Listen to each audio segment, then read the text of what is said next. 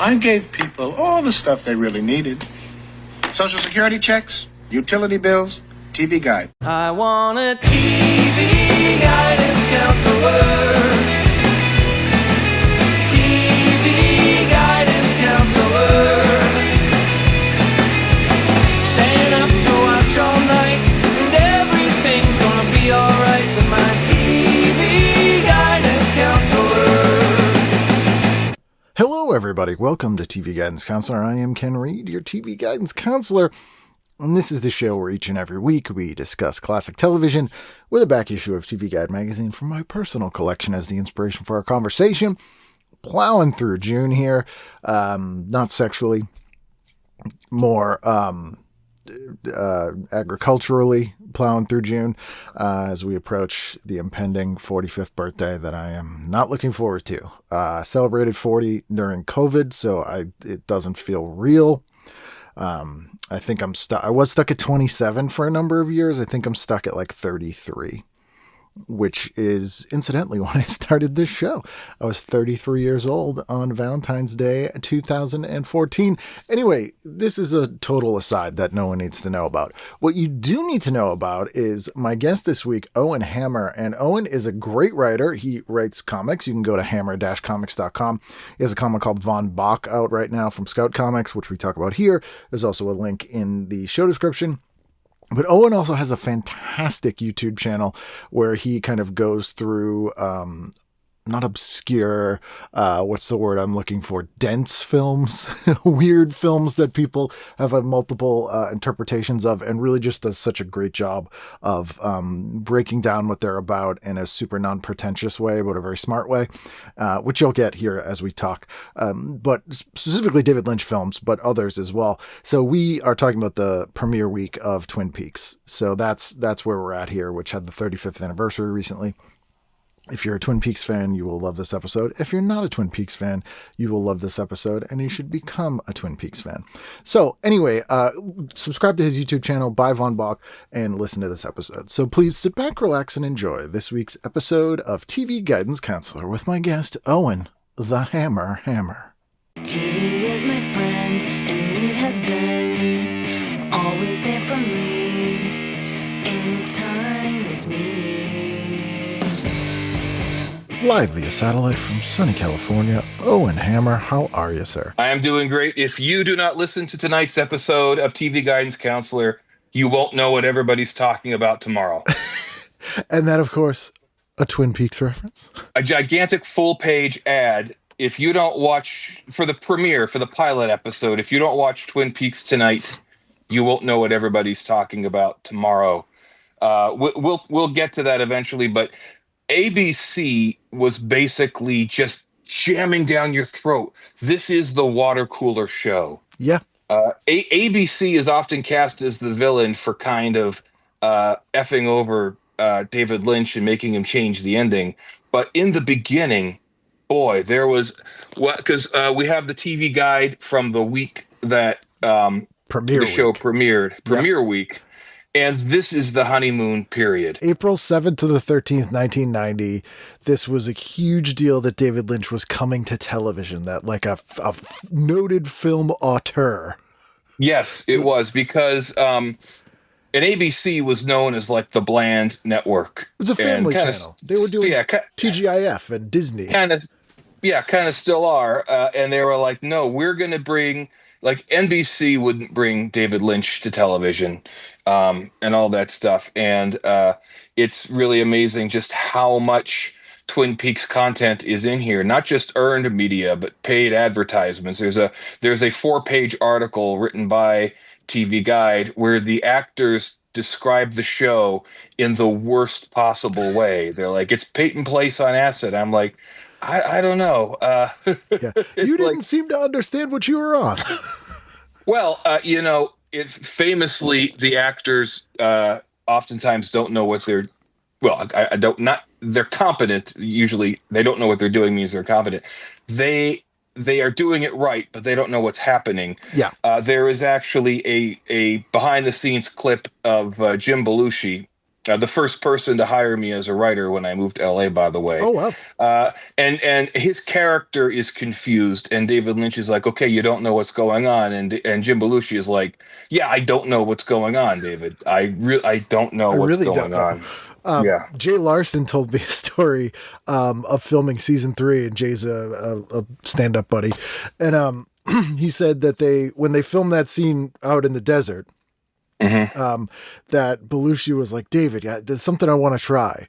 And he's like, "No, we got the light. We can't." So he's like, "Oh, let me try something." He's like, "Oh, well, let's do this first." So they do the take, and David's like, "We got it." And Belushi's like, "Oh, can I just try this thing?" He's like, No, we got it." And he's like, "Please, let me just try it." He's like, "All right." So they take another scene, and Belushi just starts doing lines from The Godfather.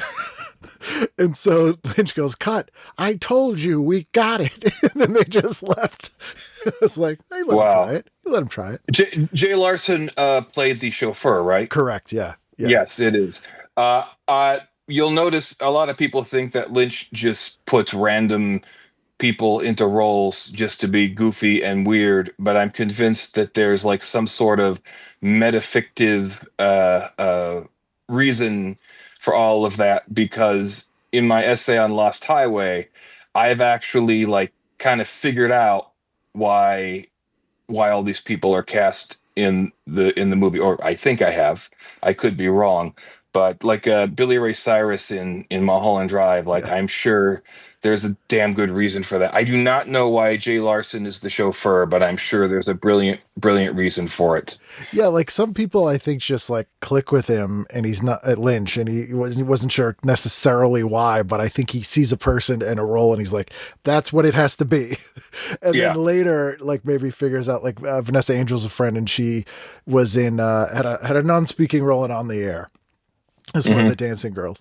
And she said it's exactly like everyone says, like, "I never auditioned. He had you meet him at Bob's Big Boy, and you sat down and had lunch, and then he's like, 'Great, you're in it.' You have no idea what part you're playing or what you're going to be doing, but he's like, perfect." Well, half the cast of Twin Peaks was the crew for Twin Peaks. Yeah. I feel sorry for the one set builder who didn't like get cast as a monster in, because it seemed like he's showing up to work every day with like a big knife, just being like, "Oh, this." Yeah. And he's like, "No, build the set. No, we're cast." Why are you wearing a hockey mask? Yeah, it's and we'll get into the guide in a second here. And for people that don't know you, you're a writer. You do some great video essays where I came across you first. The channel is called Hammered Out, and it's very simple. I explain cryptic films and TV shows. Yes. I give the no bullshit concrete explanation. I'm not going to tell you that it's all about Jungian archetypes or about it's all about Aleister Crowley's mysticism or something. First thing I do is I research the filmmakers, what they were trying to do, where it could have gone wrong. I don't assume that what you see is what was intended by somebody. Like, oh my God, those continuity errors in The Shining are continuity errors. That was the first thing I was going to say. They are not Stanley Kubrick's brilliant. And the fact that all of his movies have dumbass continuity errors, and most films at the time have dumbass continuity errors, and the fact that the set burned down and they had to rebuild it and reshoot everything, there is no way that film couldn't be full of continuity errors. And people didn't make films for film nerds then. He wasn't making a film expecting everybody to watch and rewatch and look at every frame and whatever, like people do now. And yes, and that was the most refreshing thing about your channel. And specifically the Shining video, which I think maybe the first one you even posted. It's the first one I posted, the first and second one. Yeah. It really resonated with how I feel about that when I was watching, was it Room 237, that documentary. And I was like, oh, these are all just crazy people projecting things that aren't in this on this. And these are all garbage. All of their theories are garbage. This is nonsense. With my channel, the key is, don't project yourself onto it. Now, you know that I was inspired by Twin Perfect, the YouTube channel that made the 4.5-hour Twin Peaks video. So good.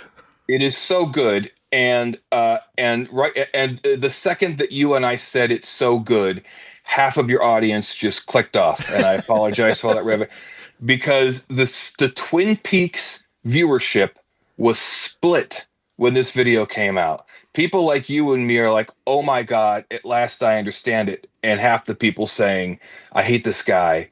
Because the guy's name, it goes by the name Rossiter. Vanity Fair revealed his real name, Ross Friblett. So I guess I'm not doxing him.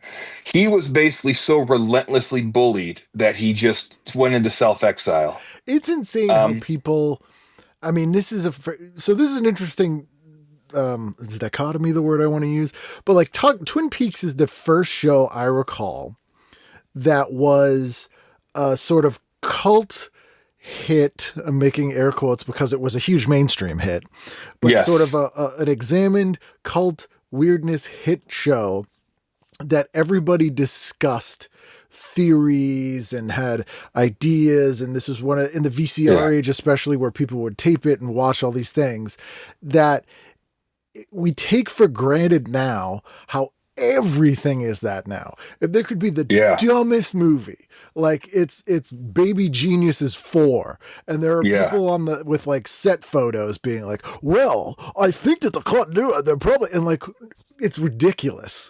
Do you know how many people think that there is a ghost in Three Men and a Baby? Yeah. Because you were making up a hypothetical example, exaggerating for comic effect. Yes. And Ken, you didn't even need to do that. People think that there's a ghost in Three Men and a Baby. Half of them think that there was a subplot about a ghost that was cut out. Yeah. As crazy as that is, that's still better than the people who think there's a real ghost who haunted the picture somehow. Or the Wizard of Oz thing with, speaking of Lynch and the Wizard of Oz stuff that goes through his entire work, where they're like, look, it's a munchkin who hanged himself. It's like, that's a crane. That's a bird that you couldn't see because it was a bad transfer. So with Hammered Out, I come up with a model of what the filmmakers were trying to do, who was in charge, who had creative control, what noise there is, what weird stuff that came out that got wrong. Basically, I'm trying to read the Dead Sea Scrolls, like the way that like religious texts, you have to figure out who was the author. This is Rosetta Stone. This is from the book of J, this is from the book of M, and all that stuff. And then I look at the text. Hey, I actually watched the movie. That's a great way to understand a cryptic movie, is to watch it. Because people are saying, like, well, I zoomed in on this frame and you can see it's a Playgirl. It's like, have you watched the movie? And then I come up with like an idea of what they were trying to do, and I explain it in simple and concrete terms. And it's been relatively successful. At 6,000 subscribers isn't a lot, but for a guy who had no presence in the film analysis sphere, it's doing very well. And for somebody who watches a lot of that kind of thing on YouTube, it's some of the best of that, which is difficult to do. And it's Rossiter points this out in the Twin Perfect one, and I think it's the best example of everything that we're talking about here, is the scene in Fire Walk with Me with Kiefer Sutherland, and he's in the sheriff's office and he's adding up every single thing and how much it's worth. And that being the people who are missing the point of Twin Peaks and looking at every single detail and adding up the value, and it means nothing. And it's like, that's the difference. If you doubt the TV and film metafiction theory of Twin Peaks, if you're one of those guys who thinks it's about Jack Parsons' mysticism and Freudian psychoanalysis, and Laura Palmer is the 10th avatar of Vishnu, Kalki, and all that stuff, at the beginning of the movie, David Lynch plays a director who is telling two investigators how to interpret all these weird clues that he has put into the scene.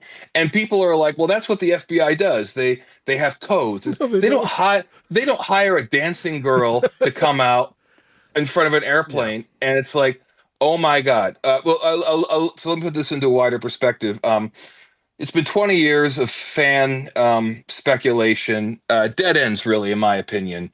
Now, for those of you who don't know Twin Peaks, It's a weird show. People watched it, and the fans said, I don't know what's going on, but I know something's going on. Mm-hmm. Now there is an emerging consensus that it is a TV show about TV. Yes. That critical it TV is show of a television. critical TV show. It is it is reflexive, meaning that it is referring to itself often, and it's metafiction, and it's looking like. And people would say, well, sure, there's the TV criticism, but there's also this other stuff about mysticism and about the trauma of abuse and all that stuff. And it's looking like Lynch was talking about TV and film primarily, and now I'm starting to think that his entire work is metafiction about film. I did a video on Lost Highway and Inland Empire. Twin Perfect did a video on Mulholland Drive, which is the final word on the matter, in my opinion.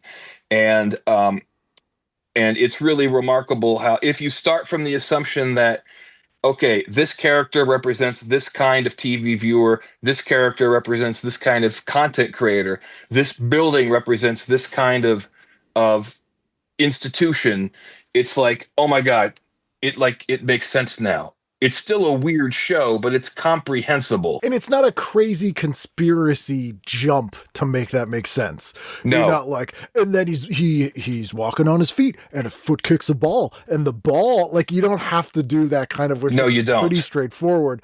And to put it in context of 1990, 89, 90, there's a lot of this kind of thing going on in various areas. So as a comic book guy, I instantly think of Grant Morrison's Animal Man. Yes. Same years, similar kind of meta creator, fiction, sort of similar reflexive thing, executed differently. But it's this generation of very smart guys who are artists who are making things that they love, the format they loved, and commenting on it.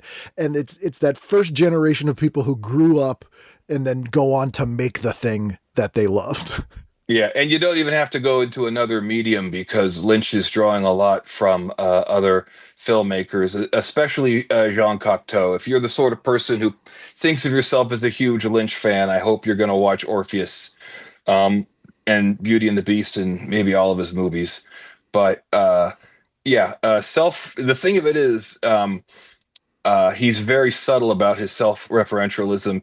In the first season, there was a soap opera that the characters in the show were watching, and everything that happens in the soap opera is identical to what's happening in the real show. Yep. And a lot of people thought, oh, it's a funny joke. And it was like, no, that in retrospect, it's so obvious. They were screaming at us what they were trying to do, because Lynch reported that it was Frost who did the funny soap opera, and Lynch actually hated it. And I'm realizing now, well, Lynch hated it because it gives away the game. Yeah. Or it should have given away the game. I mean, in 1990, none of us were thinking, oh, the whole series is metafiction. That should have been such a big clue. Yeah, it's the soap opera within the show, which I think is lost on a lot of people younger than us, because it's so over the top and seems so silly. But if you watched soaps at that time, it's not that different. Yeah. From a lot of stuff that actually aired. So it seems really strange if you don't have that context. But yeah, it's basically like crib notes running alongside the screen, or like subtitles almost explaining what's going on throughout the thing. And let's also remember, there is a scene where Sheriff Truman says, Lucy, what's happened while we were gone? And Lucy starts telling him what happened on the TV show. And Truman's like, no, I mean, what happened in reality?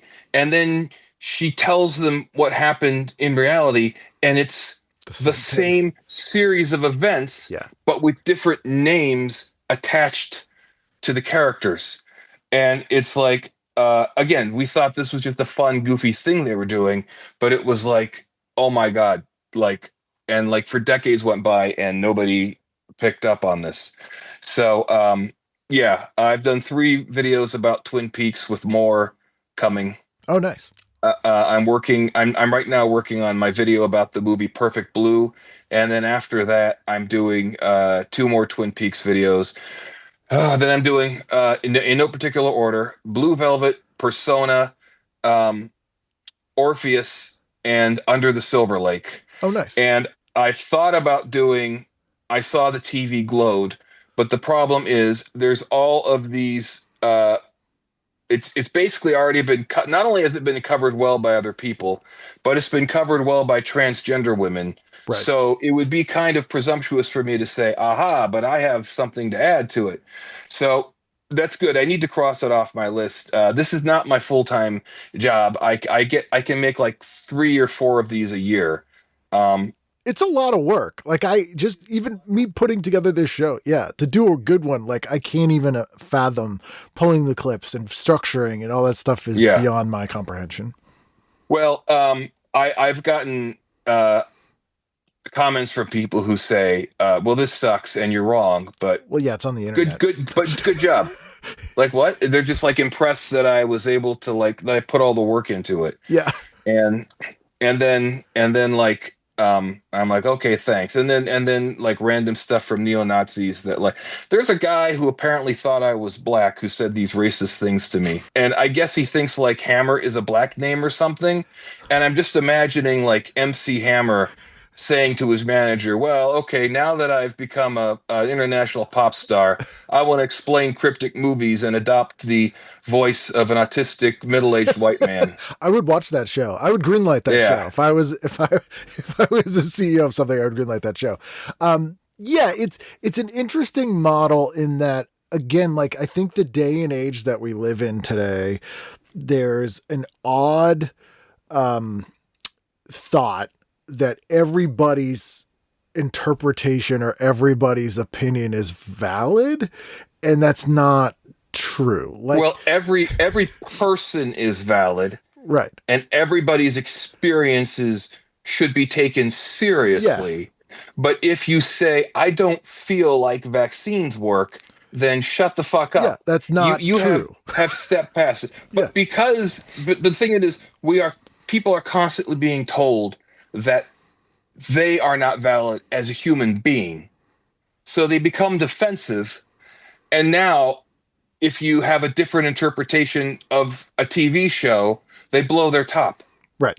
It can't be that because that's not what I think. And it's like, well, you can enjoy it for the reasons that you enjoy it. But there is like when a person writes a song, they have a very specific thing that song is about. And songwriters often won't say because they're like, well, I don't want to ruin it for other people. And, but that doesn't mean that song isn't about a specific thing. It still is. And people they feel like if there is a definitive answer, it invalidates their experience watching a thing. And that I don't know how we get past that. And that definitely seems to be something that is sort of in the internet age, a combination of that and very black and white definitives. Like, if you don't like this, you're wrong, or this is the best thing ever, or the worst thing ever. And I'm like, that's not how, like, to me, movies, especially the bad movies, are boring and insincere. Those are bad movies.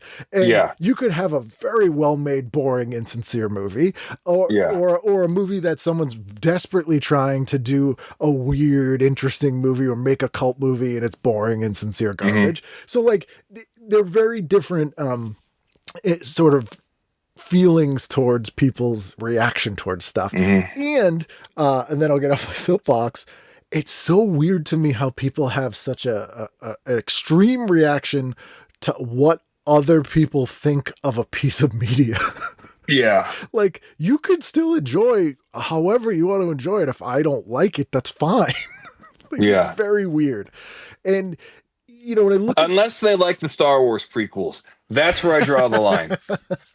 That's when I say I cannot take you seriously. Fair enough. May as well wear clown makeup. Fair enough.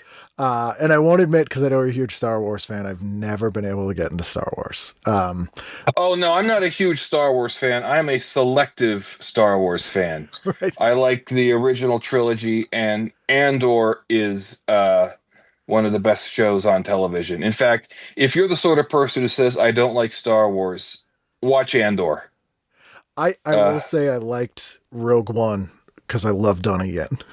it was that actually was I enjoyed it, even though the fan service was annoying. I really enjoyed it. Yeah. Yeah. And that one, like, not be, and this is totally off topic, and I'll get to the guy, back to the guy in a second, I swear, but that one, the things I love the most about that one, and the things that, from my very basic view of Star Wars, tied into the original trilogy the most, were Donnie Yen's character being a sort of true believer of the Force and the Jedi that was dead, and that, like, I am one with the Force thing, and he's blind and getting through, and all of that was literally Donnie Yen improving.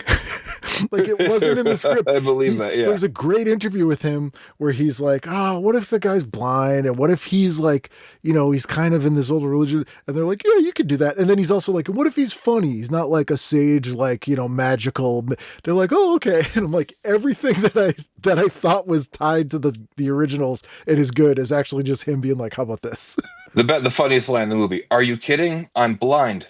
Yes. Yeah. When they put a sack over his head so he doesn't know where the secret It's headquarters hilarious. is. Yeah. And I'm like, that's very likely an improv, which is fantastic. So this is the premiere week of Twin Peaks. Now, did you watch it at the time, or is this something that you've rediscovered? No, later? I was a senior in high school. I went to Northwestern Film School. The first episode of season 2 was on in the television room. There was one television for the whole dorm. So that meant I was watching Twin Peaks and Star Trek: The Next Generation.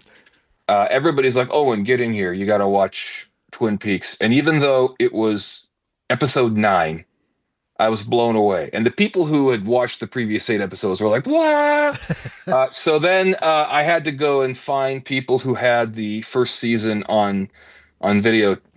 I think they were like making more money than the drug dealers in the dorm. They were like, I got episode 3. And I watched them I watched them in the order that someone could get them to me. So I'm watching this confusing show out of order. I'm doing everything wrong. I have since seen it multiple times all the way through, but I was so impressed. And then episode 15, when they revealed who the killer was, and then it's this remarkable downslide, because you've got a show that is weird for a good reason that turns into a show that is weird for no reason. It's because making the show not understanding what was good about the show. No, and you could argue that Lynch should have explained to everybody what was going on, because I get the impression that Lynch was playing everything so close to the vest that, except maybe Robert Engels and Mark Frost, people didn't understand what he was doing. But the first 15 episodes and the last episode, when Lynch came back, and the movie and The Return, follows this very strict symbolic logic. Yep. That is broken. And even if you don't know what the symbolic logic is, you can tell, now I'm just watching crap.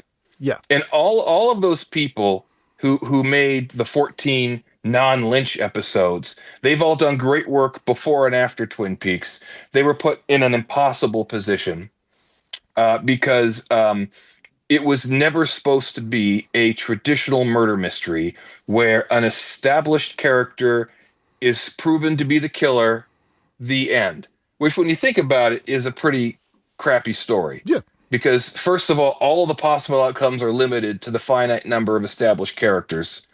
Also, in season 2, it's very clear that Bob is the killer. Yeah. Like, that is unambiguous.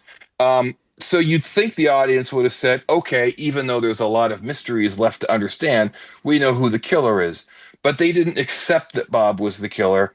And because ABC was determined to have an established character be the killer, this idea that Bob is an inhabiting spirit kind of evolved. And in a literal story, in a story that you're supposed to be taking literally, a disembodied ghost-like figure can't be the killer, but he can be the killer in Twin Peaks. Unless he's the ghost in 3 Men and a Baby, which could Yes, be Bob. actually that was that was the origin of Bob. After coming out of the nuclear explosion, Yep. he went to Three Men and a Baby, and then Wouldn't leave Gutenberg alone. Yeah, that's why he went to Twin Peaks, because he ruined the whole feel of Three Men and a Baby. Yeah. So Leonard Nimoy's like, my work, my masterpiece. People forget he directed Three Men and a Baby. No, I remember that was the first thing he directed after directing 2 Star Trek films. Yeah, very weird leap. So yeah, it's this weird show that they kind of got lightning in a bottle in that. Mm-hmm. There was nothing on network TV like it, or even really cable. No. And it's a show that, again, people don't appreciate in the binging world. And this is what I loved about. Well, I loved a lot about The Return, but I love this about The Return specifically too. You need that week to sit and ruminate on what you've seen. Yeah. And think about it and get kind of excited to see the next thing. Like, that was a part of it. And that whole week of people talking to their friends and other people that watched it about what they think's going on was kind of a key factor in enjoying the show. And when that drop off happens at in season 2, everybody, even people who weren't like into underground midnight movies or Lynch or whatever, was all of a sudden like, well, there's nothing really to talk about. It instantly became not interesting anymore to discuss what was going on in that show. Yeah, but for those first 15 episodes, like the like normal mainstream TV viewers and the art house weirdos who went to Northwestern Film School, like, we were all on the same page. Yeah. Yeah. We were, because Lynch fans think of him as this niche director we like, but there was a year where he was super mainstream. Yeah. Everybody, what was it, 25 million people watched the pilot? I mean, do 25 million Americans watch any TV show, even like the Super Bowl now? Not the number one show today would be that, yeah. And it was internationally popular. And but because it was popular because people thought it was a traditional murder mystery. Right. And that was the problem. When you don't have a traditional murder mystery ending, everybody just starts to... you remind me of a small Mexican chihuahua. Yeah. They look at the superficial things. And you're trying to teach a mainstream American, for the most part, audience that something isn't destination, it's journey. Yes. And that is not a lesson your average American wants to learn. They just don't. Writ large, they don't. Although I would say, I think that even though they didn't want to reveal the killer, the real mystery was the circumstances of the murder. Right. More so than who did it. The why. The why. Because, and I'm not going to do any spoiler alerts. Laura Palmer, basically, the murder victim, prompted the killer to kill her, so that then the killer would be vulnerable to investigation, the only thing that could stop him. Yeah. Which that is an idea that would work in a traditional narrative as well as like a surreal film. And that is just a masterpiece. And yet everybody hated that movie. That was revealed in the movie, for those of you who don't have an encyclopedic knowledge of Twin Peaks like I do. And everybody hated that film. And now everyone loves that film. I liked that movie. You liked it, film, yeah. You're ahead of the time. A lot of people, and this is in Twin Peaks, it's funny. It's a funny show. And it's funny, haha, and funny, strange. And for a lot of people, the easier to access humor is missing from Fire Walk with Me. And part of that is related to the fact that, like, most of the characters from the show don't show up. And I feel like people got really angry about that. And they didn't see the fact that, although it's technically a prequel, it wraps up the story. It does. It's a finale. Yeah. It presented as a prequel, which people couldn't really comprehend. So that was a big thing too. Well, in the series, they wanted to slowly reveal what happened retrospectively, put the pieces together.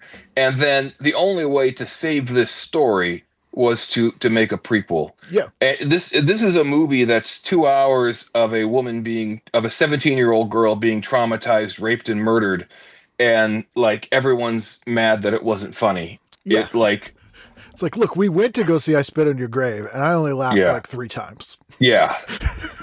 Like, other side note, and I don't see people examine this often, and I was saying this to my wife, that part of it is, I think it's probably accessibility, but On the Air is a perfect companion piece to Twin Peaks. And so much of On the Air really supports and strengthens Rossiter's thesis of Twin Peaks in a more accessible way sometimes than Twin Peaks does, that I'm like, this would really just snap in there as like a look at here. This is, we've removed the horror and sort of salacious elements of it, but the core of this thesis is still existing in this. Yeah. Yeah. Which is, I think that show's kind of ripe for rediscovery if it ever, becomes accessible to people who don't know how to find it like we do. I'm sure it will. So, we're talking about comics, and I was referencing Animal Man, and you are not only a fan of comics, but you make them. Yes. The first graphic novel I have written has been published by Scout Comics. It is called Von Bach, and it comes from watching all those horror movies when I was a kid that were rerun on a 13-inch screen, mainly Frankenstein.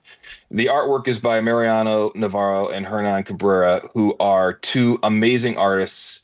They're not as well known in North America, but they're too good to be drawing a book written by a first-time writer. I'm very lucky to have them. It is about a undead monster who sues a movie studio for defamation for making a horror movie about him. And it is a satire of mass media society and the phenomenon of Hollywood showing you as they see you, and nobody knows who you are, because even though he's much of the humor comes from the fact that he's undead, but he's still just a regular guy.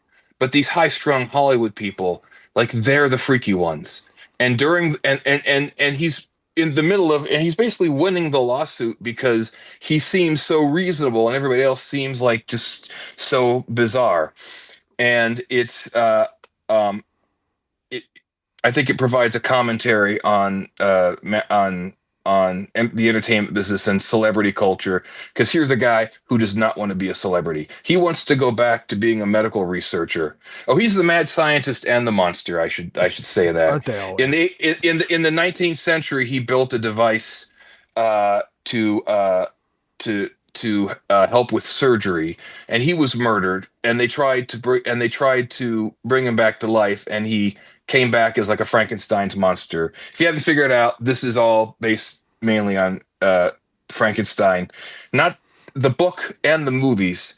It's also about how stories change over time. I mentioned the Bible earlier. It's not just religious texts that people don't realize have evolved over thousands of years.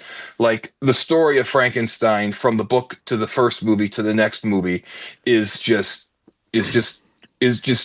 diverged from the author's intention so quickly. Yeah, but it becomes a valid part of what that thing is. Yes. It's yes. I think would Mary Shelley say that? No, absolutely not. Yeah. But, I think of so many things people would attribute to being biblical, or from the Bible, that's from Dante's Inferno. Yeah, or from Greek mythology. Yeah, that's not even in there, but it's still part of it. So it's a very, there it is, Von Bach. There it is. The publisher calls this the Scooby-Doo cover. I was going to say it's a very Scooby-Doo looking cover. I have to say, while I've had my disagreements with Scout, they said a good cover is sometimes better than a cover that explains what's happening in the story, because this is the second edition. The self-published one had a cover that explained the story, and it was so busy that as a first-time writer, I'm not thinking about the fact no one's going to read all that. No one's going to spend the Right. time it takes to decipher that cover. You have So to this was think like good. you're a kid again at the VHS aisle, and you what are you picking? You got Yes. 10 minutes. What cover Yes. is it going to go with? And they're not always And then representative. and then on the back, there's all the blurbs and On everything. the Von Back. On the Von Back, yes, it is. I keep calling it the inside blurb for the flap, and it's like, well, it's not the kind of hardcover where there's a wraparound. There is no flap. It's sort of reminiscent of like Bronze Age Marvel, but like the satire of like Steve Englehart, Howard the Duck mixed with sort of the Marvel horror comics to me. Oh, well, that's not what I was going for, but That's kind of what that's kind of what, that again, that's my experience that I'm bringing to this. boy, you got to talk to Rossiter. He'll tell you how to experience things according to the author's intention. Look, I None don't of the- care what you thought. That's my Yeah. Everybody loves Death of the Author unless you're the author. Yeah, 100%. So it's available from Scout Comics, and maybe the topic of Von Bach will organically come back up in the conversation Very well may. as we turn to the topic that we're supposed to be talking about. But I think if people like the stuff we're talking about, listen to this show, it's sort of a piece that it's thematically similar. Like you will enjoy Von Bach. Yes, it is. It's also funnier than Twin Peaks. I don't know if I can say that or not. But yeah. Well, hopefully it depends on your sense of humor. Yeah. Well, it's funnier than the movie. Yeah. Yeah. So this week in 1990, we're in mid-season replacement land. So this is April. So mid-season replacement land is a very odd time in the old traditional season of television, in that we get all these sort of weird shows. They either didn't greenlight for the fall because they're like, I don't know, or they kind You of mean like A Family for Joe a family and Help? for Joe. H spelled H period E period L Yes. period and Yes. and Carol and Company and Normal Life and Sydney Yep. and the Marshall Chronicles and Equal Justice. Yes, and it's very rare that a mid-season replacement goes on to be a beloved long-running show. There are some examples. Night Court was one. Kate and Allie was one. A Family for Joe was like a dramedy sitcom starring Robert Mitchum as a homeless man who befriends 4 orphaned children. Yeah, because I assume your audience can't see this, but it's Catch TV's Spring Fever. Yeah. And then it's like A Family for Joe and Equal Justice. And then the Seinfeld Chronicles, which was the original title for Seinfeld. And like all these shows, even in 1990, you could probably say none of this is going to last. And then Twin Peaks. Yes, and some of this stuff is sort of meta. Like Normal Life stars Dweezil and Moon Zappa basically sort of playing themselves like famous kids of a famous musician, but not playing themselves, and it's a sitcom. So there's sort of this weird stuff in the air, I think, at that time that's sort of bubbling in here. I remember watching it when I was 18 and thinking it was just pathetically unfunny. I was at the point where I wasn't taking TV in passively anymore. I was thinking about what I was watching, and I was like, okay, these are all very cool people with a very cool father, but this show sucks. Yeah. You were a film student with critical thinking skills.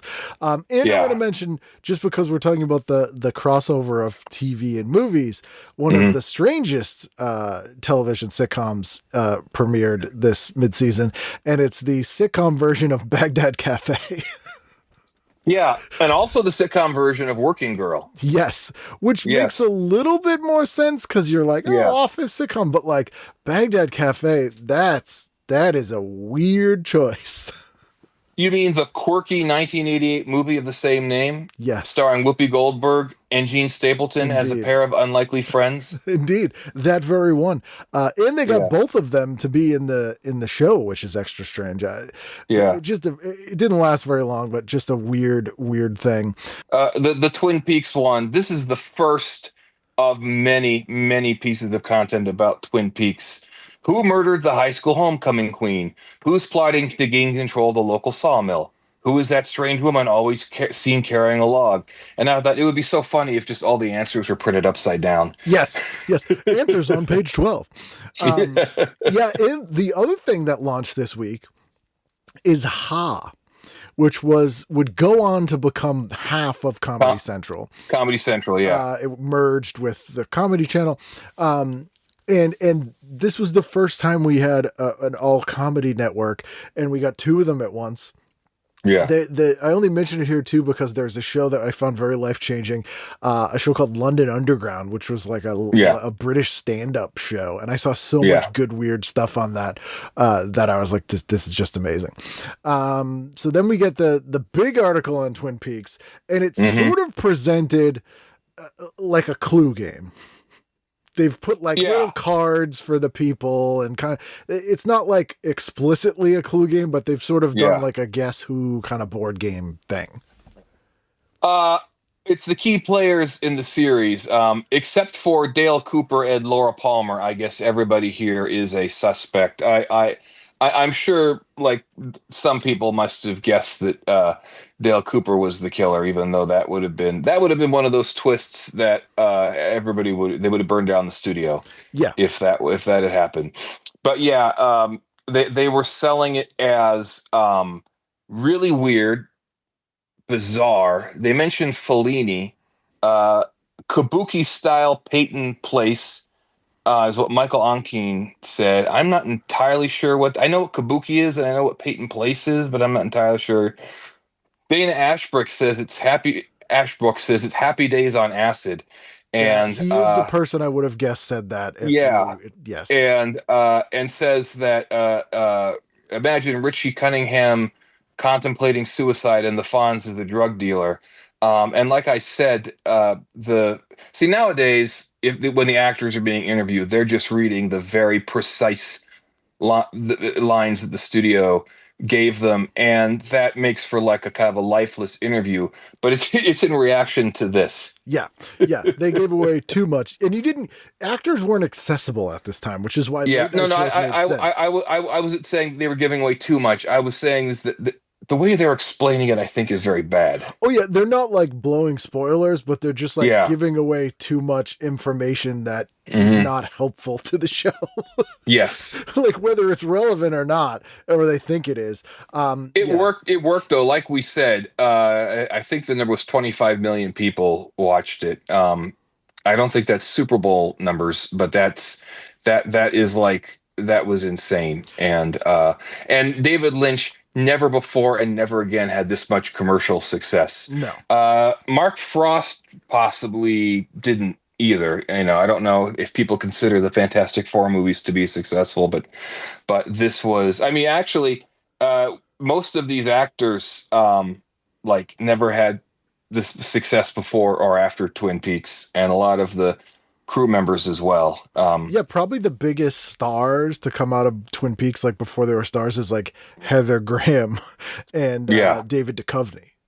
And Billy Zane. Yeah, and Billy Zane. Like, not the people you would guess. And the other phenomenon was, again, because the studio... Oh, and Laura Flynn Boyle, who had a huge career. True. Yeah. For a short time.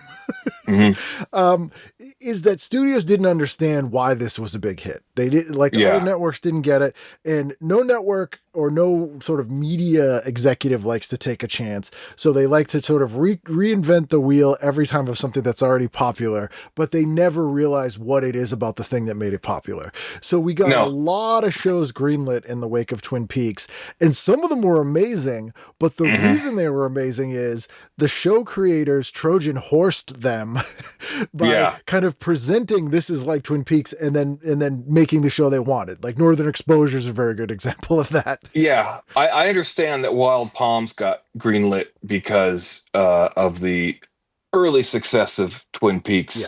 And but what's interesting about Twin Peaks is there was never a show like it before. There was never a show like it after, except for Twin Peaks: The Return. And in cinema, everybody who says, I'm going to be the next David Lynch, they make a movie that's weird and boring. It's insincere and boring.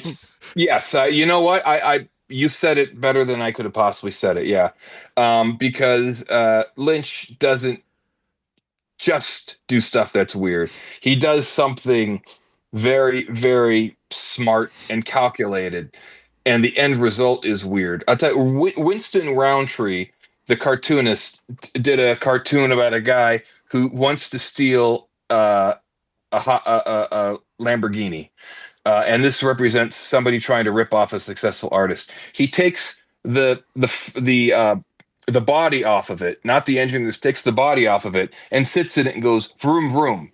Like that's what people trying to rip off a successful artist are like. Yeah, it's superficial stuff. I think it goes back to trying to reverse engineer an audience reaction, right? And one of the things I complain about a lot in general and a lot on this show too is sort of the moneyballification of art, where they're like, we got all the data and the numbers here, and people like this, this, and this, and if we do this, this, and this, they'll act this way. And it's like that makes absolute boring garbage because if it doesn't take that polarizing risk, the people who hate it a ton, there's not going to be the equal opposite amount of people who love it a ton. Which is always like, and I get that there's a lot of money involved. People don't want to take chances, but it was a complete fluke that Twin Peaks was this massive hit, like across all kinds of different people, which was so strange.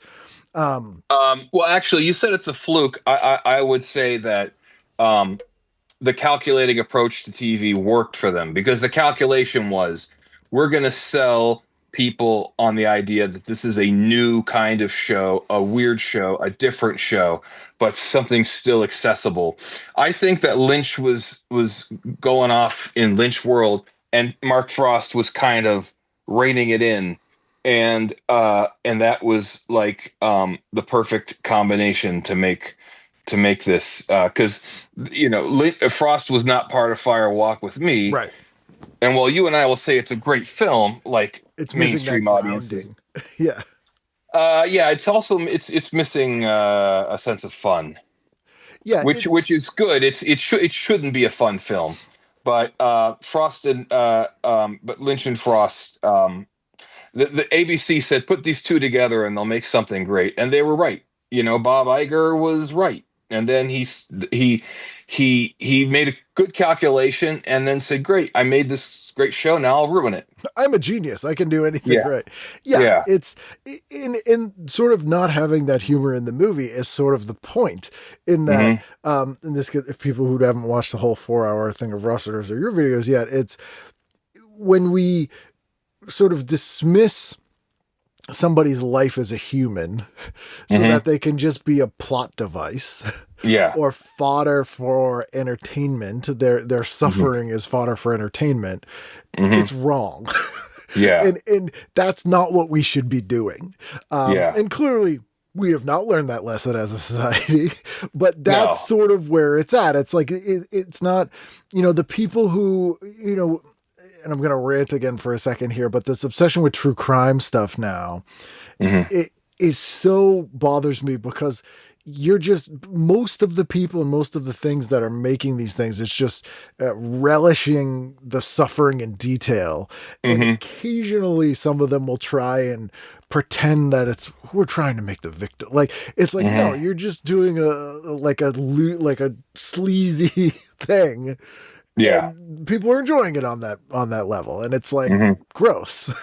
Because all these murder mysteries are out. Some of which I are actually in this episode, in this TV Guide edition, and somebody dies and the case is solved, and that's it. And this person died for our entertainment, and Lynch thought that was actually pretty freaky. Yeah. By the way, I like a murder mystery. I don't think it's freaky. I think that Rossiter had extracted Lynch's petty grievances, Lynch's weird ass ideas, which have some merit, but to be angry at murder mysteries is a little bit weird. But that's why his analysis is so good, because he's not bringing his ego into it. He's like, what is David Lynch's ego? And people criticized my analysis of Lost Highway, because I said my thesis is that this is Lynch is making a movie about why these violent films in the mid 90s are all garbage. Yeah. And it's about his petty grievances. And people like, this is a movie about life and death and time and mysticism and God and delusion and dream and fantasy and everything like that. And it's like, well, yeah, that's why Lynch is a genius. He takes his dumb, tiny little grievance and turns it into something great. Right. Lynch on several occasions has said he doesn't explain his films because that makes something big into something small. Yeah. And I think that if you are interpreting Lynch and you land on the seed of his work being something relatively unimportant but would be important to Lynch, you're probably on the right track. Yeah. If you're saying it's about the reincarnation of Vishnu, you're probably on the wrong track. And also, he's into TM. I'm sorry, this is a little bit tangent. People who talk about Eastern mysticism in Twin Peaks, they think that there's a one thing called Eastern mysticism, because there's Lynch's beliefs, which, by the way, I think are dumb. There's Hinduism, and then there's Tibetan mysticism, which I think is Zen Buddhism, which is supposedly Cooper's belief system. And they're three different things, and they're not really related to each other. Well, they're barely related. Obviously, I'm not an expert on it, but there's 100 essays where people get a superficial understanding of Hinduism and say, "Aha, that's what's going on." I'm like, David Lynch was not a Hindu. No, and if Like- you look at it, people always quote like the Tibetan Book of the Dead. I'm like, no, Jacob's Ladder is the book about the Tibetan Book of the Dead. Yeah. It's like the guy who wrote that and the script for like What Dreams May Come, and I think one other movie. He basically has the Matheson. exact. No, Matheson did, I Yeah. don't think did the script for What Dreams May Come. Matheson wrote the book "What Dreams May Come." But I don't know guy who wrote the screenplay. also wrote the screenplay for Jacob's Ladder and like one other thing. And the Oh, yeah. the movie version of What Dreams May Come has like very Tibetan Book of the Dead stuff. Okay. Like the structure of it. Oh, I never thought about that. But you see, they were purposely putting. Well, Yes. there's a lot of Christianity in it, and they were purposely putting stuff from these religious texts into it. And so we know that we're explaining the director's intentions because it's obvious, and there's secondary material to support it. Yes. But like, people, well, Lynch was a Hindu, so obviously it's like, but he wasn't. Oh my God, he wasn't a Hindu. No. Oh my God. If it's not Christian, it has to be Hindu. Yeah. Yeah. It's either Christian or It's well, like- although Jacob's Ladder was, I mean, obviously the term is from the Bible. Yeah. But, by the way, terrific movie. I Amazing recommend movie. everybody see it. Yeah. Yeah. Maybe skip the remake, but yeah, but the original's great. Yeah, like Lost Highway, to me, I'm like, Lost Highway is basically David Lynch going, you know what kind of sucks? Quentin Tarantino. yes, Like basically that's the thesis of that movie. yes, it is. Now, did you come to that conclusion before you saw my video, or I after? did, yeah. Okay, Although you really good. reinforced it. Yeah, because like a lot of people, I think subconsciously they're like, I think this movie is about why violent movies of the mid 90s are really shitty. And I think you are like kind of subconsciously picked up on that. I didn't pick up on it until I went through 100 different iterations. Like maybe the mystery man is the incarnation of mystery. He represents mystery. Maybe Fred represents the Twin Peaks fan who killed Twin Peaks by cutting it apart, and that's why he cut apart his wife. And the only way to do this is to fail, and fail, and fail. Because somebody said, "How do you write such good stuff?" And I said, "Revisions." Yeah. And they put the little crying emoji in response to that. I have to do work. Because if you will never catch me saying that I am a genius. And it's not false modesty. It is an understanding of methodology. Nobody watches these movies and just immediately understands them. You've got to, if you really want to analyze them and come up with a concrete explanation, you've got to revise and fail and go through so many iterations. And you've also got to have a group of people who are going to read them and be skeptical of you. And if you don't do that, then you're going to say that Kubrick faked the moon landing. Yeah. I of course have my editors. Do you remember by any? Do you watch the credits? Do you know the collective name for the No, editors I of don't the Hammered remember Out I videos? don't remember. Hammer's Heroes. Oh yeah, perfect. Like Hogan. Yeah, yeah. Although you are not That's not what I was going for, but sure. you are not a photographic pervert who will murder what the hell is his name? The star of Hogan's Heroes that was autofocus. Crane, Robert Yeah, Crane, Robert Bob Crane. Bob Crane. Crane. Yes, and weirdly to me, I mean, I hate Quentin Tarantino, so I'm always looking for that in things. But the Yeah. thing that made me think that the most was Patricia Arquette, and she was in True Romance, and I was like, Yes, boom, that was what did it for me. Where I was like, that's got to be it. It's got to be it. and I won't talk about Lost Highway. There are 3 cast members playing a character identical to a character who died in a shitty violent film made by Quentin Tarantino or Oliver Stone or both of them. Mm-hmm. That can't be a coincidence. Yeah, Um, yeah. Natural Born Killers, again, that movie. That's like Oliver Stone trying to make what he thinks a David Lynch movie is like. Yes, I think you're right. Yeah, and I don't even believe that anybody's plagiarizing Lynch, because people say that Tarantino plagiarized Lynch with the script for Natural Born Killers. I'm like, it's a shitty movie. Yeah. Like if he plagiarized someone, that's like secondary. Because I mean, George Lucas plagiarized all these cowboy and samurai movies, yeah. but he made something fantastic. I actually I wouldn't even call that plagiarism. I would say that was more of like synthesizing it. Like, I don't know, plagiarism is very forgivable if you do a good job. Like, people will say Macklemore and Kesha, these white artists ripping off black artists, they're so terrible.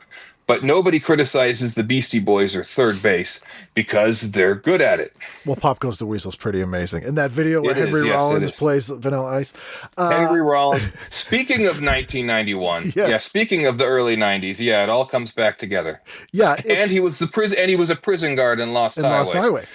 See, I found a connection. If I was another YouTube analysis film analyst, I would put the weight of the world on that connection. And I will say Quentin Tarantino did whole scale plagiarize City on Fire for Reservoir Dogs. You know what? I have to see that movie. I've heard that. Yeah, it's like, even as a kid, because I am and always have been a huge fan of Chinese movies, which still 80s Chinese movies have not been remotely touched by many American films. And City on Fire it's Reservoir Dogs. Like, it's exactly Reservoir Dogs. Like, and I know that he would have seen it and been like, no one will know. No one will see this. I could talk about Lynch forever, and I think that I am right now. Check your media player. The time code is switched to geological time. So let's plow through this. We'll have to have you on again. Sure. Are we going to Saturday, or are we let's do Saturday. talking? Okay. Yeah, let's jump to Saturday. Okay. So what are you watching? I am watching. Let me skip down here. Okay, so I'm going. Okay, so first of all, Star Trek: The Next Generation. Never miss it. Is it your favorite Star Trek show? Probably Deep Space Nine is my favorite. I'm one of those people who hates third wave Star Trek, and I hate to say that because some of my friends work on it, and I'm like, guys, please don't hate me, but I can't stand third wave Star Trek. It is so boring and annoying, and I love you, but like, if I was a writer on one of these shows, I would wish that I was born 20 years earlier and I was writing on Deep Space Nine or something like that. And then now, I one thing I noticed about this issue of TV Guide is, on top of all of the Twin Peaks stuff, the Cosby Show is being shown on like every night. Yeah. NBC like showed reruns. I love the Cosby Show when it came out. Now, remember, everybody, this is before we knew about Bill Cosby. It's a good show. And then, yeah. Well, I got his comedy albums, which I loved. And if I hadn't learned the truth about him, I'd probably still love them. Yeah.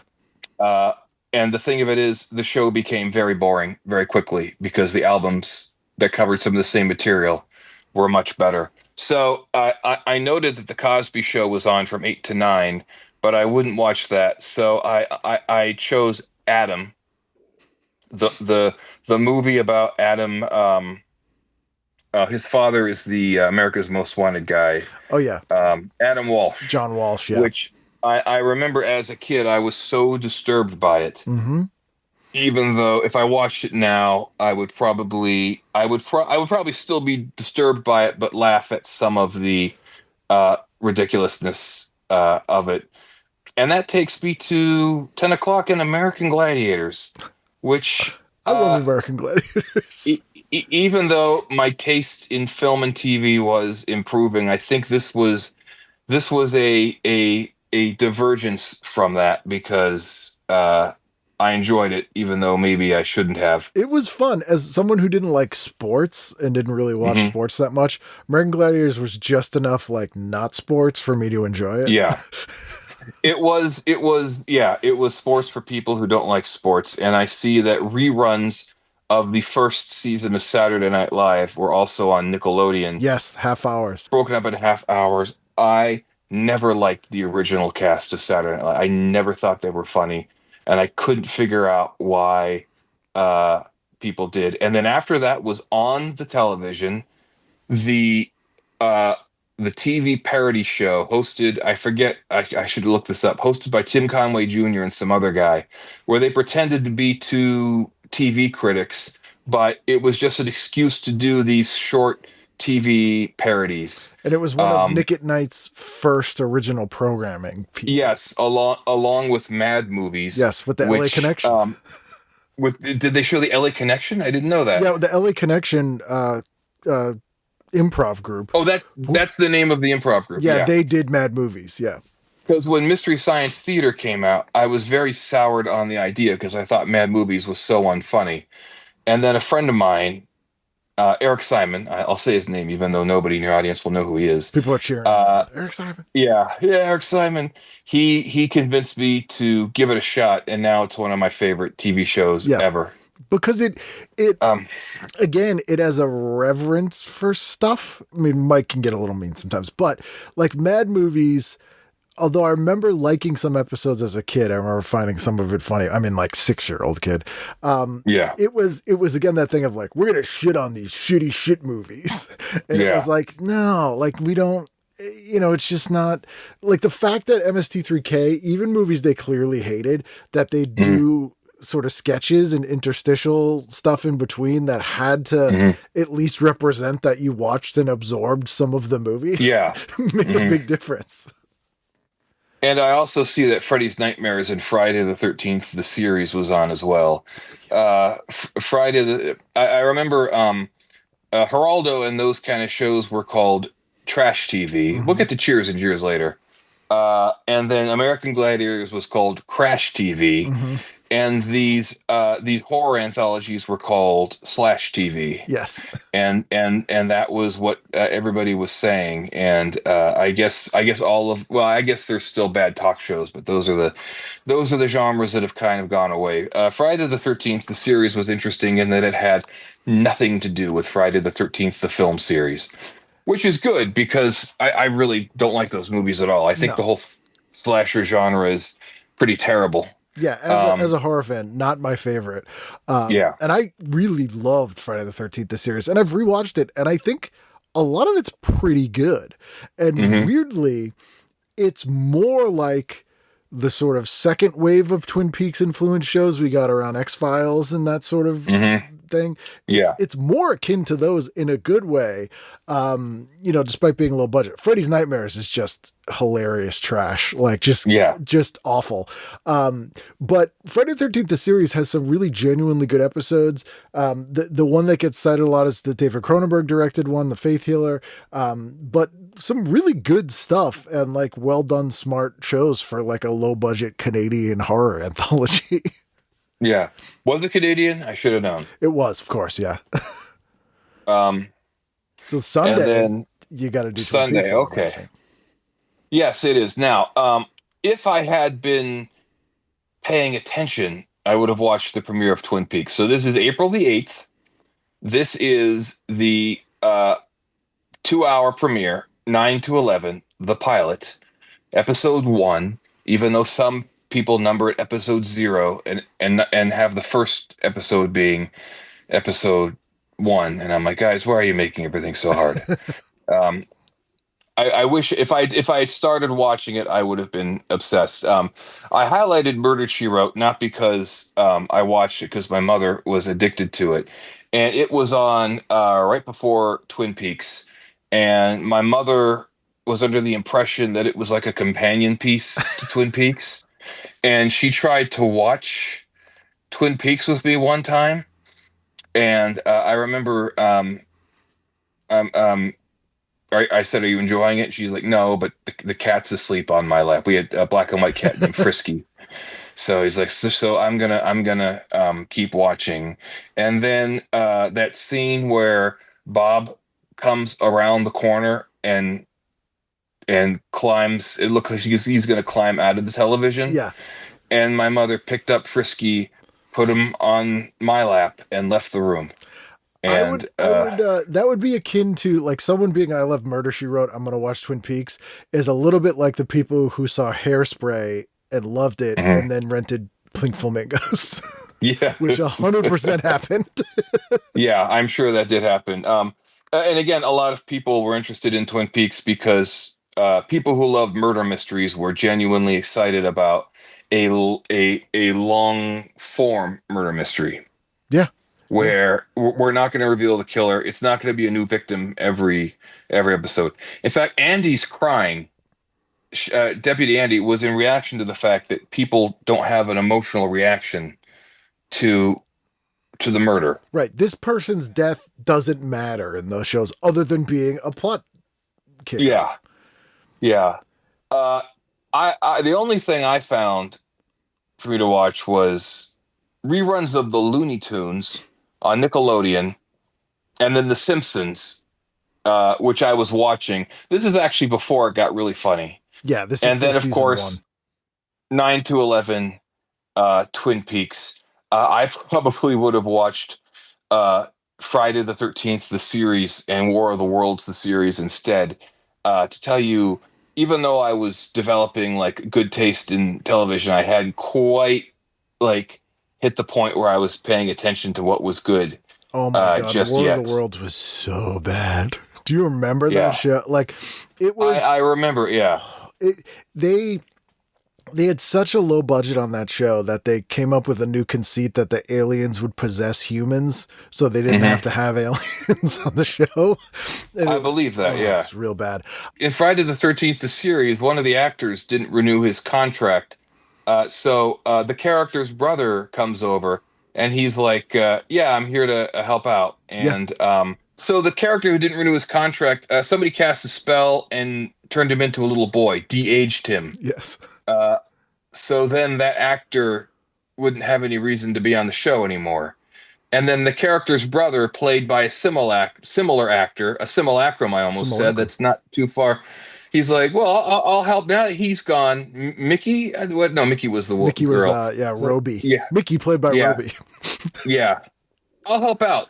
I'll help out with you guys, because that's, you help out your family when they're hunting down demonic possessions. When they've inherited a haunted antique shop. Yes. My favorite thing that I realized here is that the lead-ins on ABC to Twin Peaks are America's Funniest Home Videos and America's Funniest People, and then immediately followed by Twin Peaks. America's least funniest murder victims. What a bizarre, weird thing in there. That's very weird. And competing against it at 10 o'clock in a new time slot, Fox is showing the 21 Jump Street spinoff, Booker. That's interesting. Booker. I remember that. Richard Grieco played Booker, and it was canceled, and then UPN brought it back as Marker. Yes. And I've been trying to guess what the name of the third, it's too late now, but what the third attempt to reboot the show would be. It would be called Barely Know Her. Dennis Booker. One episode featured an original soundtrack by the band Wall of Voodoo, and one of my all-time favorite bands. I still haven't, and I've talked to some of the members of them because they all live in LA now, but I've never brought up Booker to them. I'm sure someday. I'm afraid if I bring it up, they'll stop talking to me. Is that post But, and Ridgeway Wall of Voodoo though that did the Booker one? Yes, Yeah. I am one of the few guys who likes Andy Preboy better than Stan Ridgway, and Andy Preboy being the second lead singer. To those of us, I think he's actually like a much bigger star in LA, where like we know him and he writes a lot of songs about being an artist in LA. He's so married to Meryl Marco, I believe. I don't know if they're married. They've been together for. I witnessed Meryl Marco falling in love with Andy Preboy. Oh, that's great. I read the book they wrote. So I got out of order. So in 99 or 2000, I'm at Largo and Andy Preboy's playing, and I look to my side. It's like, is that Meryl Marco? And Meryl Marco's going, and I'm like, is that Meryl Marco falling in love with Andy Preboy? I thought that can't be what I'm witnessing right now. And then I read the book, and the character based on Meryl Marco is like, I immediately fell in love. Well, it's written better than that. And I'm like, and then I realized, oh my God, I was present at the event being described in this book I'm reading. And that to me was much more thrilling than meeting a celebrity or like, that was like, I've never experienced that before. Now, when people talk about when David Lynch brought a cow and a marching band to publicize Inland Empire, I was there because I lived in the apartment across the street from it. And I looked out my window, and I have witnesses to this. And I said, is that David Lynch with a cow and a marching band? And then I said, it could only be David Lynch with a cow and a marching band. Of course. And that was the only time I ever talked to David Lynch. That's a good time, though, to talk to him. Like, it was, yes. That's better than like he was picking up his dry cleaner or something. Side note, when I had Meryl on this show, we did it remotely, and Andy, because he's a musician guy, had all the setup with the mics and stuff. So we had like 10 minutes of Andy tech support before we started. It was very fun. Oh, you know what? I've been binge listening to your show in preparation for this. Oh, I missed the Meryl Marco episode. I've got to catch that one. It's a fun one. I enjoyed Frank Conniff. We sort of, we're not close at all, but we work together on some projects at the Steve Allen Theater. Oh, nice. Including the annual awards show for TV shows and movies that promote science and reason. And because of the bad movie link, he would present the award to whoever made crappy shows in terms of the first year he did it, it was given to the horrible creationist movie that starred Ben Stein. Oh yes, and Ron Lynch, the actor, played Ben Stein, receiving the award, and I'm just realizing that this would be a much better story if people had actually witnessed this. So many things fall It was very funny. It was very funny. Yeah, Ron Lynch is a Boston guy. He's a stand-up. I know Ron from stand-up. And I did the Tomorrow Show one time, actually, at the Steve Allen Theater. Oh, I would have seen that. Steve Allen Theater's gone. Yeah. The Tomorrow Show. Ago. Yeah, the Tomorrow Show, to all you Angelinos, I think it's a Dynasty typewriter. I could be wrong, but that makes sense. It's all online. Yeah. And for those of you who don't know what we're talking about, Tomorrow's Show is this show that starts at midnight on Saturday night, hosted by Ron Lynch. He's done it for, I think it's been 20 years now. Yeah. And I mean, I don't think every Saturday night of his life for the past 20 years he's hosted the show, but pretty close to it. Yeah, absolutely. Yeah. Yeah. Mm-hmm. Ron's an old Boston comedy guy. So there we are. Sunday, we're doing the Twin Peaks, and also against, oh no, this is Monday. Monday night, there's speaking of creationists, one of the worst things ever on. I don't know if you picked it, but what'd you do on Monday?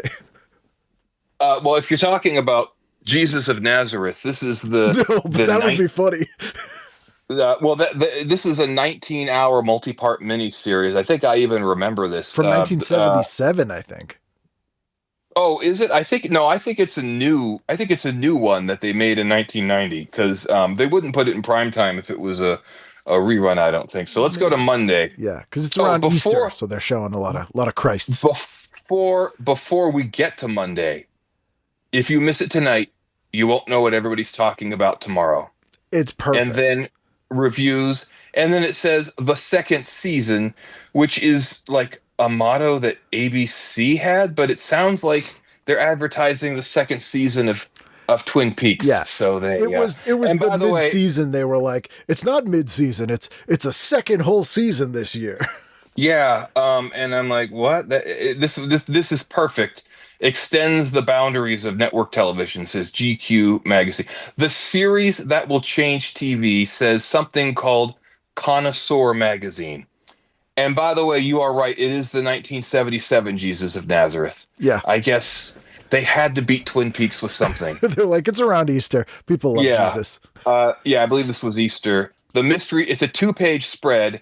The mystery begins tonight. Who killed Laura Palmer? What's the FBI doing there? Well, the first question answers the second question. Certainly does.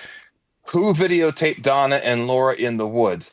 Now, the TV metafiction, the first episode relies heavily on that videotape of Laura Palmer, filmed on a non-existent professional video camera, not a home, not a consumer camcorder, played on a professional deck on a professional television, which the sheriff's station has for some reason.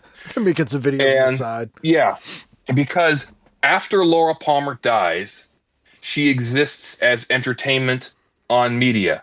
She exists, the videotape of her exists as entertainment on media.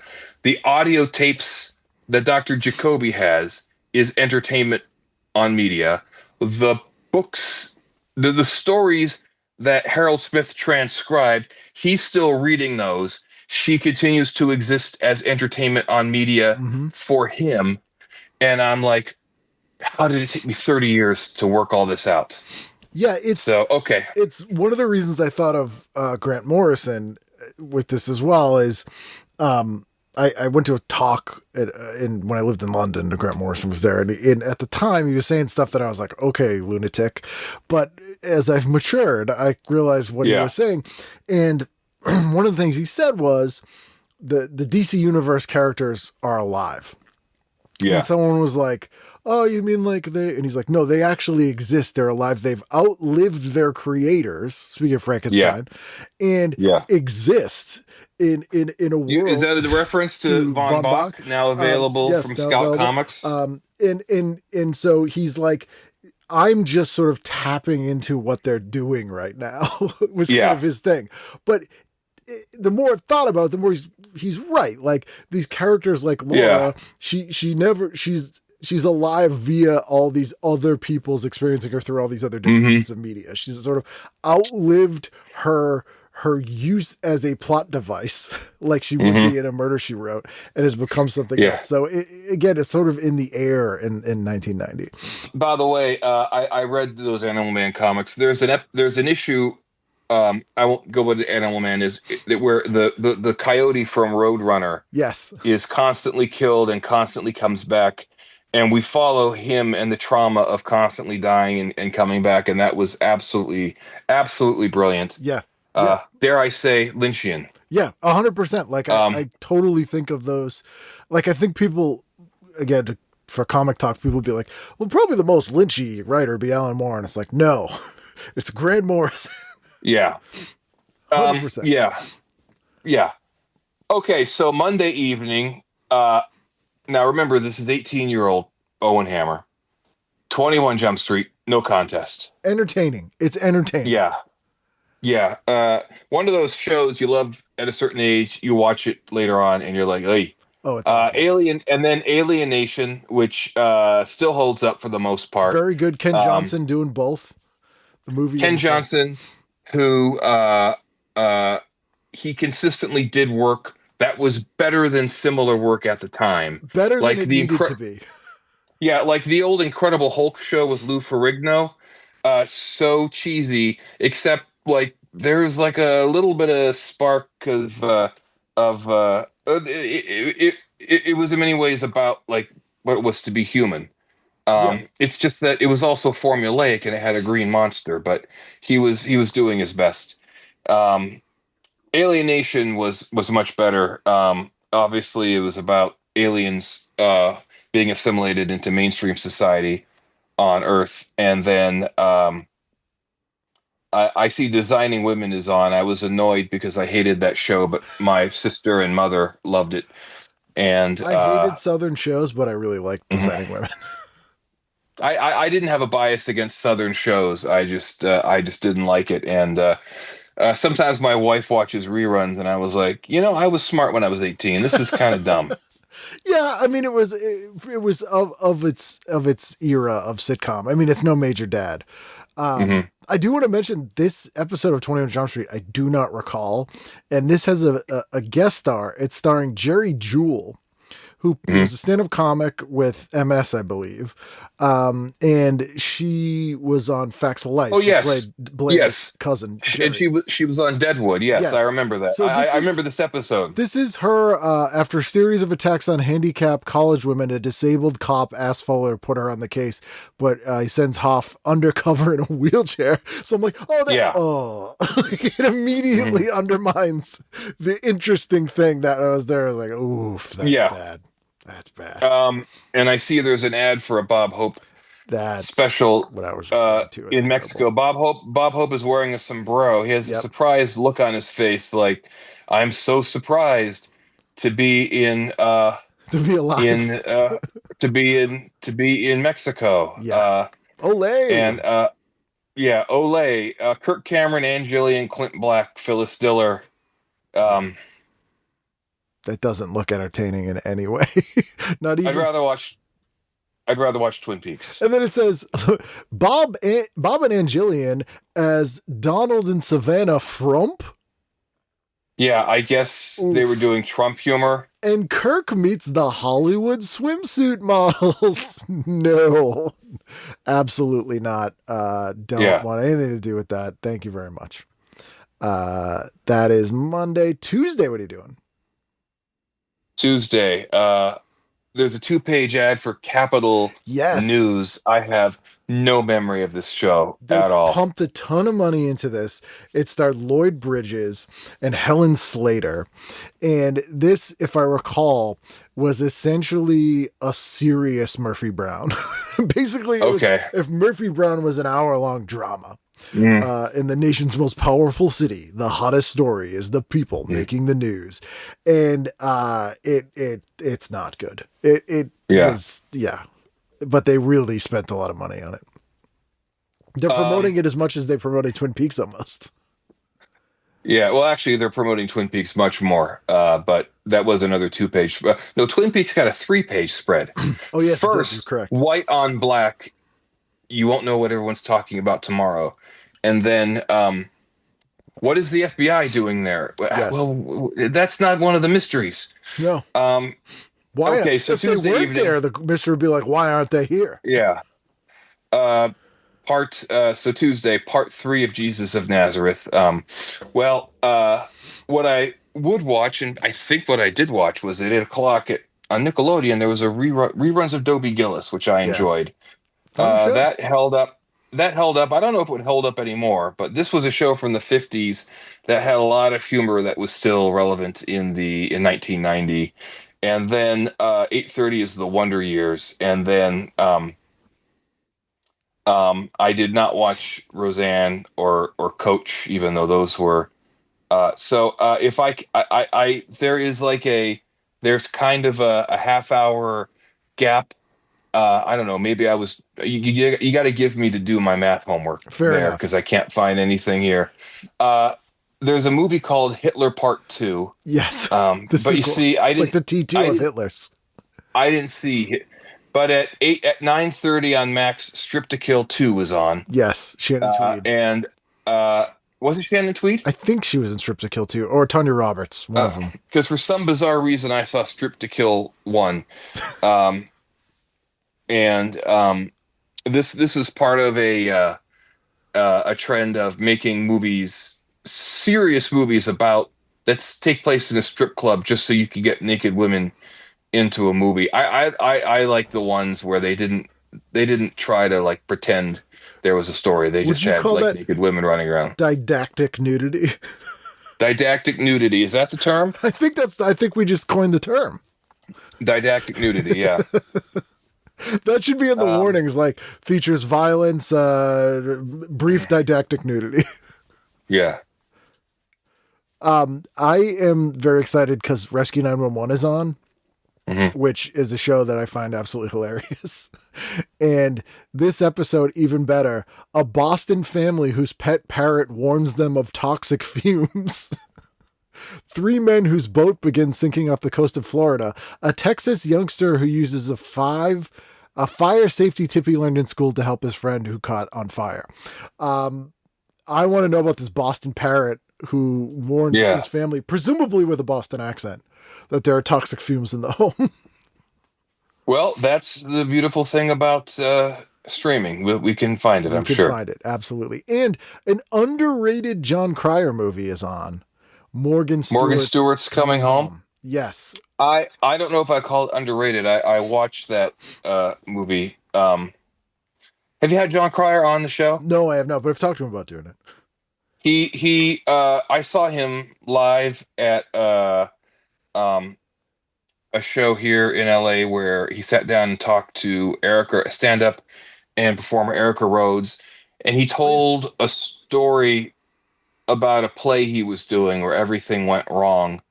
And I guess if you have him on the show, try and get that story out of him. It'll be your highest rated episode ever. Erica Rhodes, another Boston person, had her on the show as well. Oh, I got to check that out. She is wonderful. We've been not close friends, but we've been friends for a while, and I've seen her on stage like hundreds of times in LA. Okay, are we ready for Wednesday? Yes, absolutely. There was one thing I wanted to mention. What was it? I know what you wanted to mention is Von Bach, now available for Scout Comics. Oh, that's what it was. Melissa Gilbert is starring in a made-for-TV movie on CBS called Forbidden Nights. And they've really made it kind of look like the lambada, which I don't think is the plot of this movie, but it's forbidden nights are shared behind the bamboo curtain in 1979 by an American teacher and a Chinese activist whose love story is framed by repressive politics in this fact-based 1990 film in Hong Kong. Victor Wong is in it, who people probably know from Big Trouble in Little China. The poster and the ad does not make it look like that's what this is about. It literally looks like the Lambada Forbidden Dance one sheet. Yeah, Forbidden Nights, based on actual hearsay. Yes. The bamboo curtain. It's fact-based about the bamboo curtain. Fact-based is in, I see it now. Fact-based. Stretching the definition of fact. Look, we can't say it's based on a true story. Is there anything we can say that sounds like that, but isn't that? Inspired by actual events. It's fact-based. Perhaps uninspired by actual events. Yes. I'm going to use that. Okay, Wednesday, even though I'm not proud of it, I watched Growing Pains and Head of the Class. Same. Dookie Howser and The Marshall Chronicles, which I remember actually liking The Marshall Chronicles. I had fallen out of Night Court.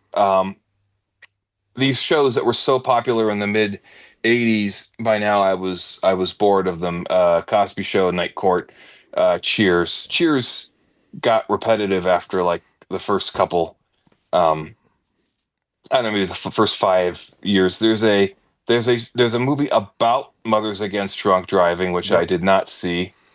And head of the class. I think this was after Howard Hessman left, which is when those TV shows just get so sad when they replace one of the actors, when they replace the main actor. I had Dan Frischman on, who was Arvid Ingen, and Howard Hessman hated every kid on that show. Yeah, I And he believe it. hated doing that show because he believed that was his show about Yeah. him, and they started making it Yeah. about the kids because clearly it's the show about the kids. Like, no Yeah. one wants to watch a show about Howard Hessman as an English teacher when it's all about his problems. Yeah. And one of those kids turned out to be a predator Yes, as well. indeed he did. So Running Hollywood.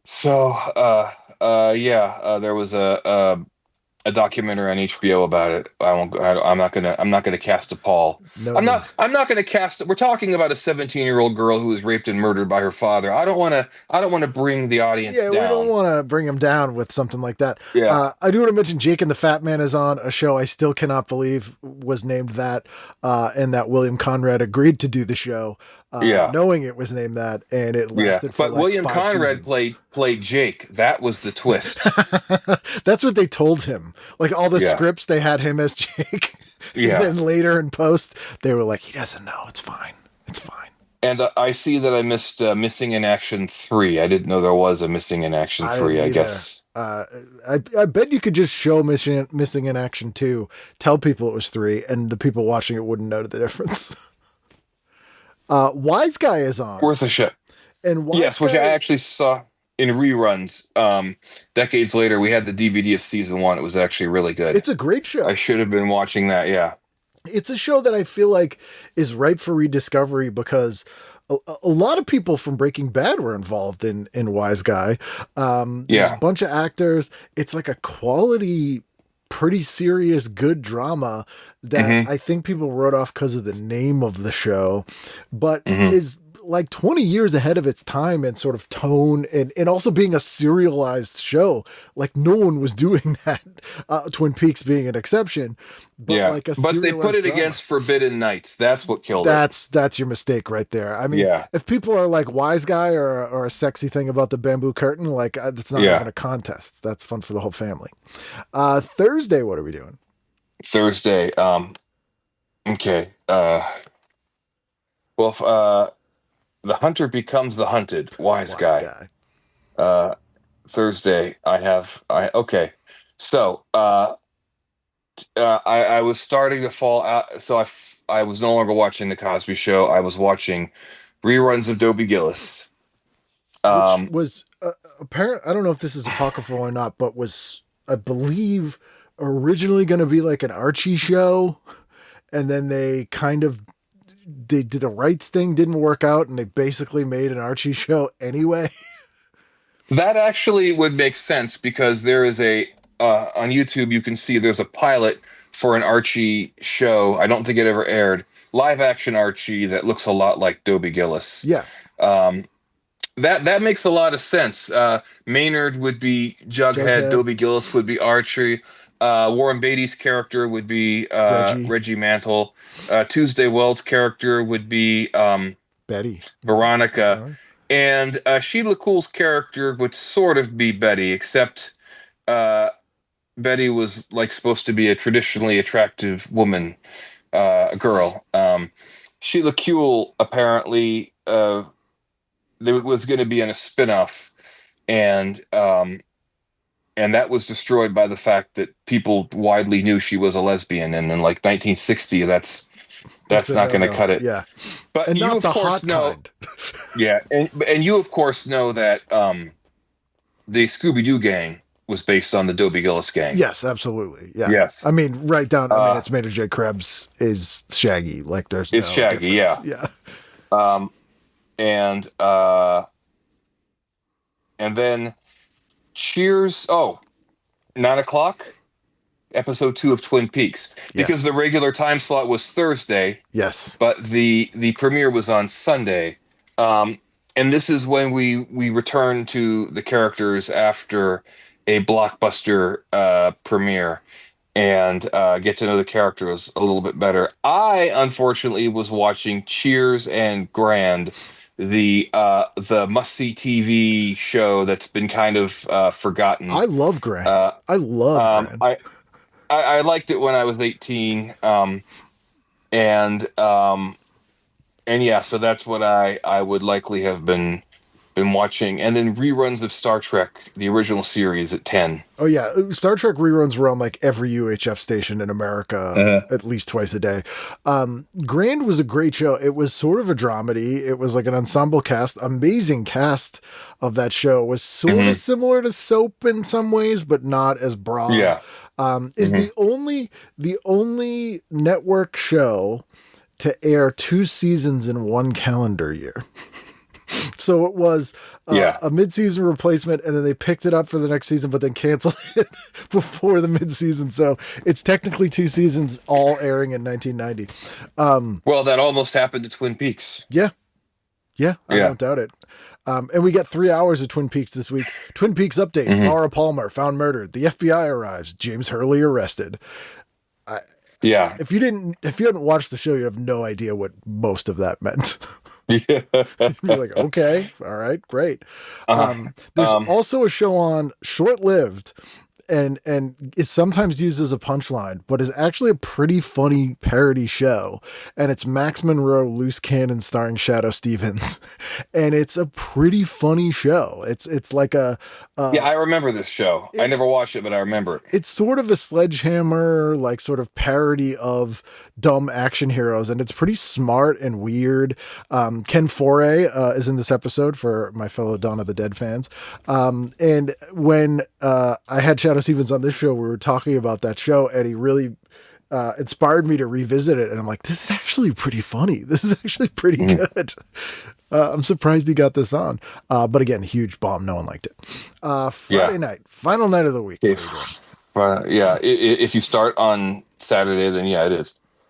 Okay. 8:00, Star Trek The Next Generation, no contest. I believe that this would be the first run episode because it's on at 8 instead of 7. Let's see if I can find the episode description. It doesn't have one in here. It just says 60 minutes Star Trek Next Generation science fiction. That usually means it was a rerun of that season. So technically still first run. Yeah. And then War of the Worlds, Friday the 13th.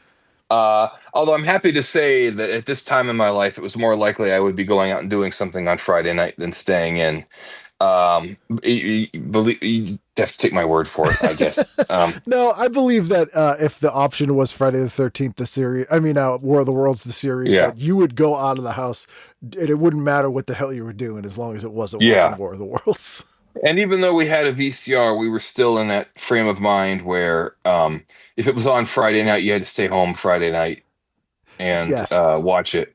We were also kind of judicious about what we taped. Like, it was kind of for like special things. Like, people talk about time shifting, but there was still some sort of like, I don't want to waste a tape on something. Like, I need to. Yeah. It's only like certain things. Yeah. Twin Peaks is tape worthy. Other things, not so much. Things are much better now. Braddock missing in Action 3 before I close out with the cheers and jeers. I just happened to look at the movie guide here. What do you think that TV Guide gave it as a star rating? And to give you a context or a bar, The Burbs, they give 2 stars. Okay. I'm going to say they give it 2 stars. 1 star. 1 star. Okay. Other 2-star movies, good. According to TV Guide, Batteries Not Included, Big Trouble in Little China, BMX Bandits, and other 1-star movies include Cameron's Closet, and let's see if there's another 1-star on this page. No, just those 2 1-star movies. Wow. Yeah. Wow. That's what they think of that movie. I'm sorry, even April Fool's Day got 2 stars. I actually kind of like that movie. So, as you know, Owen, TV Guide is not just informative; it has opinions and a cheers and cheers. So, to close up this week, the premiere. You just said it has cheers and cheers. By the way, it cheers and it jeers. So, yes, okay. I would like to read you the cheers and jeers of this week. The TV Guide. No. You said you referred to the segment as cheers and cheers. I distinctly heard you. So, am I not the best guest you ever had? You really are. By the way, yes. This is the best rehearsal. I think the actual recording is going to go great. Yeah, once I hit record, it'll be great. Yeah. So, TV Guide, it cheers and it jeers. And this week is unusual. And this is normally the bitchiest part of TV Guide because it's unsigned. So they Mhm. get real minutia complaints. But this is an unusually positive week. We have 3 cheers and 1 jeer. Yes. So we start with a cheer. To Mhm. ABC Fun Facts, a series of 20-second spots on Saturday mornings that's designed to make learning, well, fun. Yeah. Hosted by Russian-born comedian Yakov Smirnov, the segments offer titillating trivia, such as the fact that pigs get sunburned just like humans, and that U.S. paper currency is made from a combination of linen and cotton. Forget Scooby-Doo and Slimer. Just the facts, please. I know Scooby-Doo sounding pretty good in Yeah, I'm comparison. like Yakov Um, Smirnov telling me that pigs get sunburns. I don't know. this happened between 1982 and 1993, after Reagan got rid of all the educational requirements Mhm. and before Bill Clinton put it back in. That's Yes. when we got Beakman's World and Shusha and Bill Nye the Science Guy. Yep. And before 82, we had 30 Minutes and uh, it was the kids' version of 60 Minutes Yes. on Saturday mornings, and other educational shows like Schoolhouse Rock, which was not a show; it was an interstitial. Interstitials. Yeah. But I guess during the 11-year period when there were no educational requirements, government mandated, this is the best we're going to do is Yakov Smirnov taking 20 seconds to tell you that pigs get sunburned. That sounds like if someone goes, I had the weirdest dream last night. Yakov Smirnov was telling me about how pigs get sunburned. You'd be like, that's bizarre. I would recommend that person become institutionalized. I would agree. I would agree. Then we have our only jeer. Jeers to the commercial for a Reebok sneaker called the Pump that literally leaps the bounds of good taste. The ad features 2 athletes engaged in bungee jumping, diving from high places, in this case a bridge, with an elastic lifeline tied around their ankles. I love that they had to describe bungee jumping, which shows you where we went. One sports a pair of Nike Air basketball shoes, the other wears the Pump. Both jump, and one guy with the pump stays secure in his straps because his sneakers inflate for a snug fit. The other guy, as we always see, is a pair of dangling Nikes. Is he dead? We're not sure. But in some light of the fact that some networks had the good sense to refuse to carry this ad, we can only hope that this is one campaign that meets an early demise. Who would be offended by that ad? Well, I'm offended by the logistics that the bungee cord is attached to the sneakers. Yeah, that's the Uh, big first mistake right there. that's a mistake right there. And they even say the bungee cords are attached to the ankles. So like it already it doesn't make sense. That's not how bungee works. Uh, this needs a lot of revising. Would you ever go bungee jumping? I don't think I'd ever do that. No, I wouldn't do it. And if I tried to do it now, my wife would stop me. Um, but no, I remember the bungee. I think it's starting to look like all those. There's 100 black and white films in the 1920s of people just standing on a pole, 8 stories up, just Yes. standing on a pole for an hour and stuff. It's starting to look like one of those things. And I think in the future, like voting for Donald Trump will be the stupid thing The from bungee jumping. The unexpected thing that happens in an Aerosmith video. Was it Crying or Amazing where she's all of a sudden bungee jumping? And I remember It was a maze of craze of crying. yeah, and I was like, she didn't have that on earlier. Yeah. So that's their only jeer this week. They were really mad about that. Cheers to Showtime's new monthly documentary series, Crossroads. This collection of short films reminds viewers that there's a lot more to show business than Hollywood and Broadway by taking to the highways of rural America to celebrate the unusual, the unsung, and the unheard of.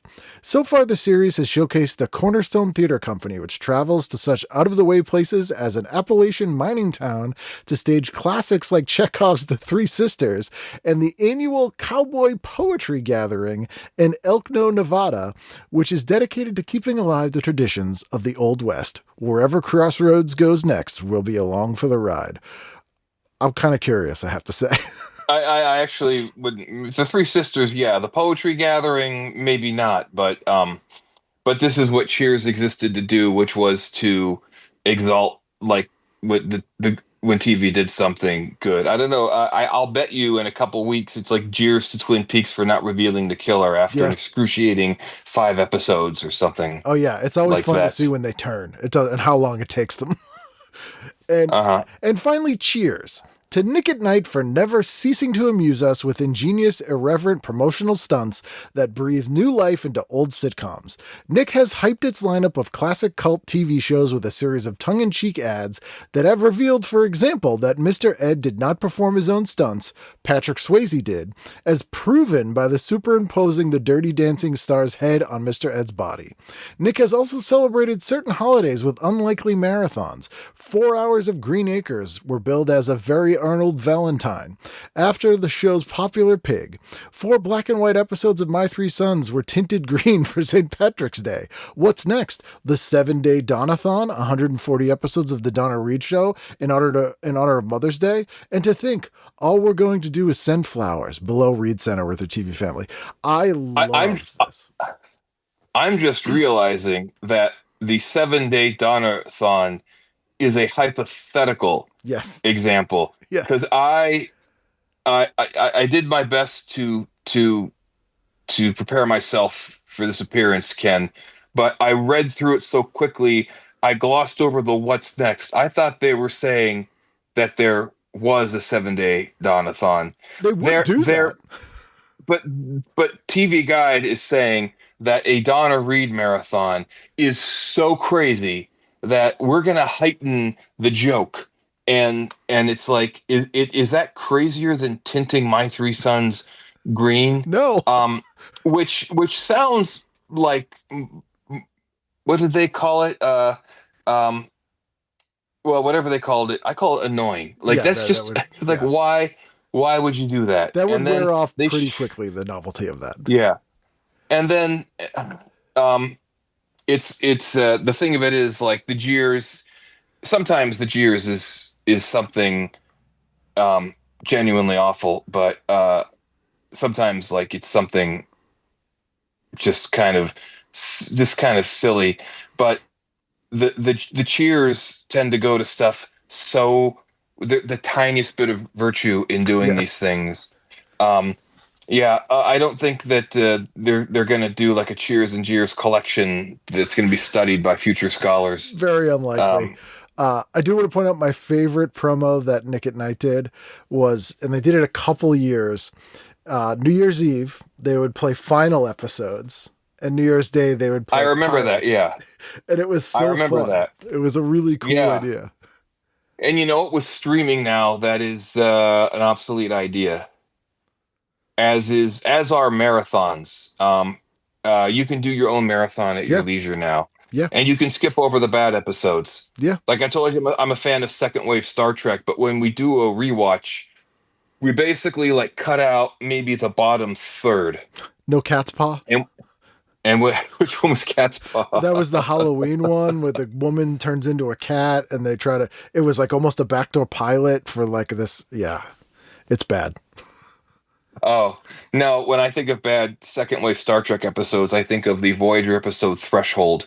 Oh yeah. Which is so terrible that if I were to describe it, a lot of your audience members would say, why did you bring this guy on to make up this fake episode of Voyager that obviously no human being would ever have greenlighted. Yeah, there's no way they did that. But I think that that is probably one of the big takeaways from your entire podcast is how TV has evolved and how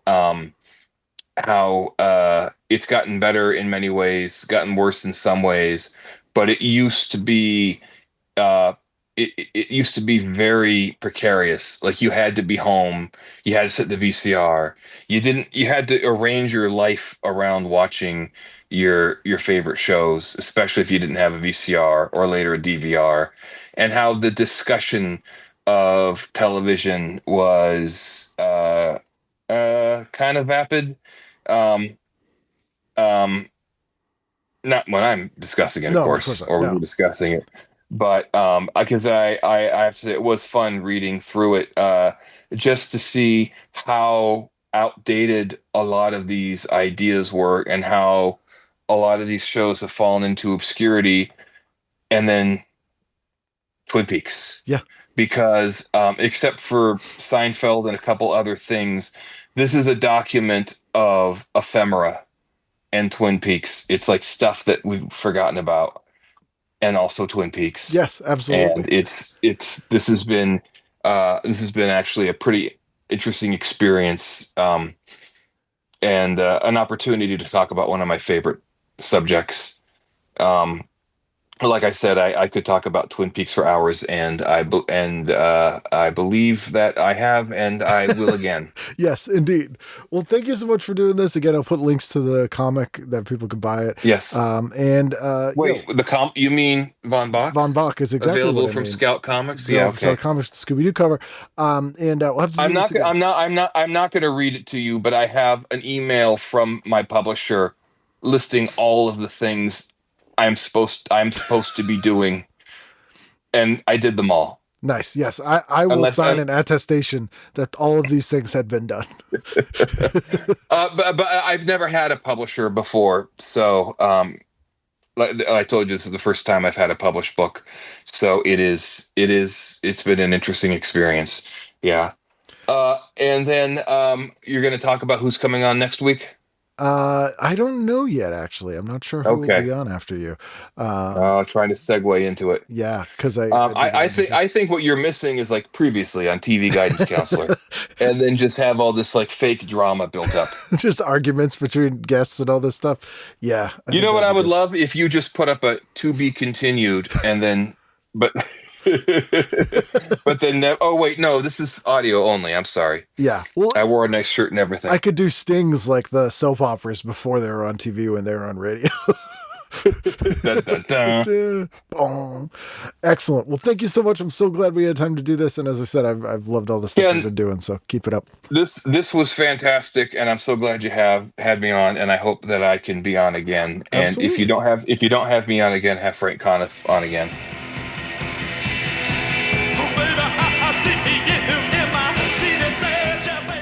There you go. That's Owen Hammer.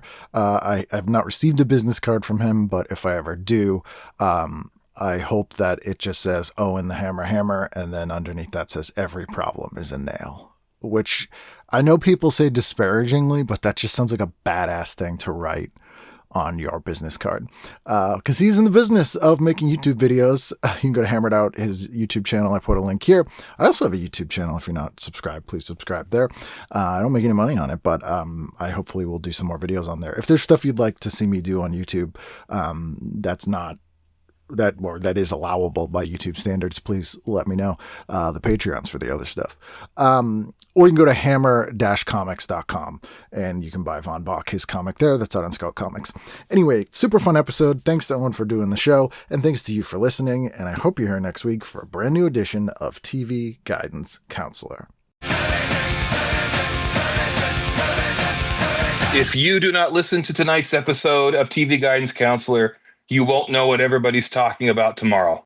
Now that I've become an international pop star, I want to explain cryptic movies and adopt the voice of an autistic middle-aged white man.